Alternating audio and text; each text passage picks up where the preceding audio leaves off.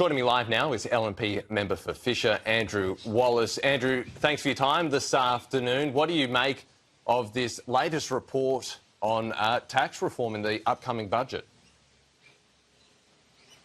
Well, thanks for having me on, Reuben. You know, when the Labor Party start talking about tax reform, it's because they've run out of their money and now they're coming after Australians' money. We've seen them already flying kites about reducing the capital gains tax discount. We've seen them also now talking about changing and fiddling with the negative gearing provisions. If this government is serious about providing more homes to Australian people, one thing you don't want to do is start increasing taxes on mum and dad investors who have those homes.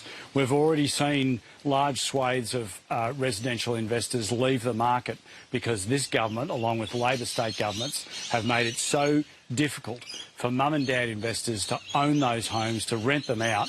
They are leaving in their droves. And if they think that they can tax their way out of this, then they are absolutely kidding themselves. If they think that they are going to solve Australians' housing problems by increasing taxes, then God help us. But is there any form of tax reform that you would support?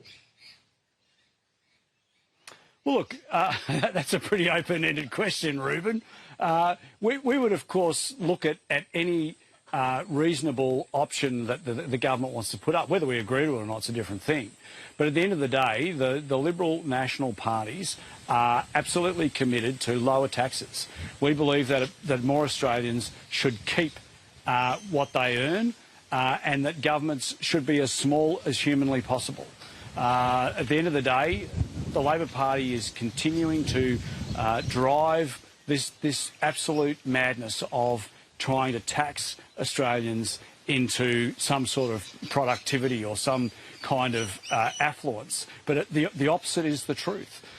When you tax something, then you are actually discouraging it. So, look, as I said, we'll look at any reasonable and sensible measure, but at the end of the day, it's got to provide aspiration to Australian people that want to get ahead. That's what we're about.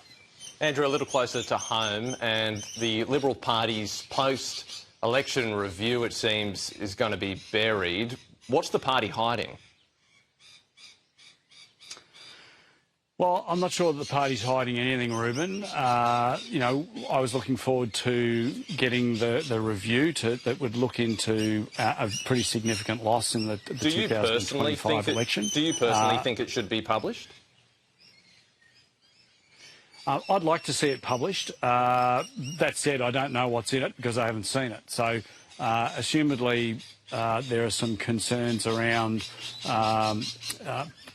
I'm assuming, I don't know, but I'm assuming that there's something in there that some parties have taken exception to, and the lawyers have been called. That's the only thing I can assume. It's a bit hard to say when I haven't seen it, Reuben. But you want it out there. Why do you think it's important that voters are able to read the review of what went wrong at the election for the Liberal Party? Well, I think it's incumbent upon us as a party to be able to learn from the mistakes that we made in the 2025 election. If you just keep repeating the same mistakes, you're destined to have that just going around on a revolving repeat. So I'm keen to know what learnings have been gathered in this review, as I said, I haven't seen it, so it's very hard to comment on what the problem is. But I would like to see it. Yeah, and I think people deserve to be able to see it. You would have seen that Sussan Ley officially quit the parliament yesterday in a statement released from the former opposition leader. She spoke about how historians and commentators would judge how long she served in the role before she was rolled, essentially by Angus Taylor. How do you think that historians will view what occurred at the Liberal Party leadership? Well, I think in time people will acknowledge the service of Sussan, 25 years. I've only been in the parliament 10 years, and I can attest to the sacrifices that both myself and my family have made. She's been there 150% longer than what I have. Sussan Ley has been a tremendous servant of the Liberal Party and also the Australian people. And I think that history will judge her well. She has been a person that has consistently strided for the sort of values that we hold dear in the LNP, and that is, reward for effort. We want to reward people who are aspirational. We want to reward people who are prepared to have a go in business.